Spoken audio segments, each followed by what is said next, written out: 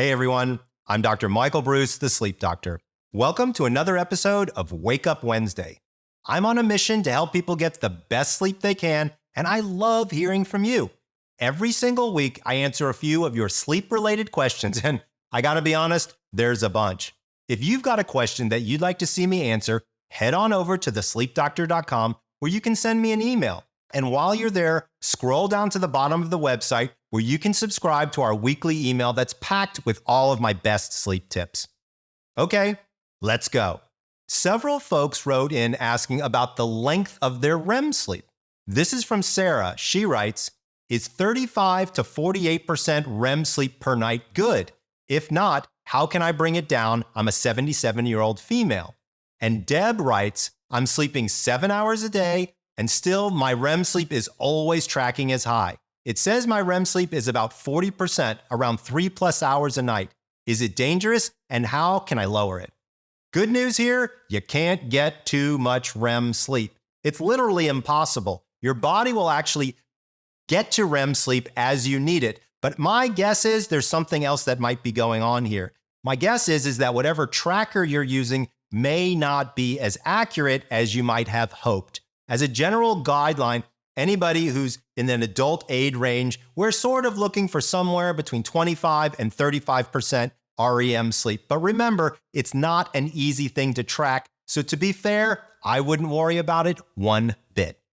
Okay, our next question is from Michael, and he asks, my question concerns REM and deep sleep patterns. Does this cycle happen just once, covering the whole time of sleep? Thank you.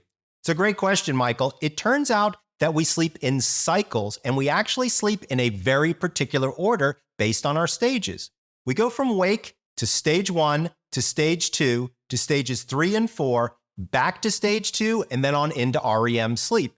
That kind of dance maneuver, if you will, runs you somewhere between 80 and 120 minutes, but on average, we see it as a 90-minute cycle.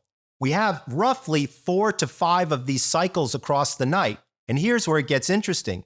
Deep sleep seems to be in the front end of the night, or what we call front-loaded, and REM sleep seems to get larger and larger towards the back end of the night. So it turns out you've got multiple times where you're getting both REM and deep sleep. Question number 3. Louise writes, can I ask what the ideal or average percentages are for a woman age 57 in each of the 4 stages of sleep? Absolutely, but I want to be clear about something. As we get older, these can change for people, so these may not fit for everyone who's listening. Stage 1 sleep should represent somewhere between 3 and maybe 8% of the night as we start to get older. We seem to have a little bit more stage 1. Stage 2, which used to be about 50%, seems to creep on over into the 55 or 60%. And then we see that deep sleep, that's stages 3 and 4, and then REM sleep are roughly about 20% each per night.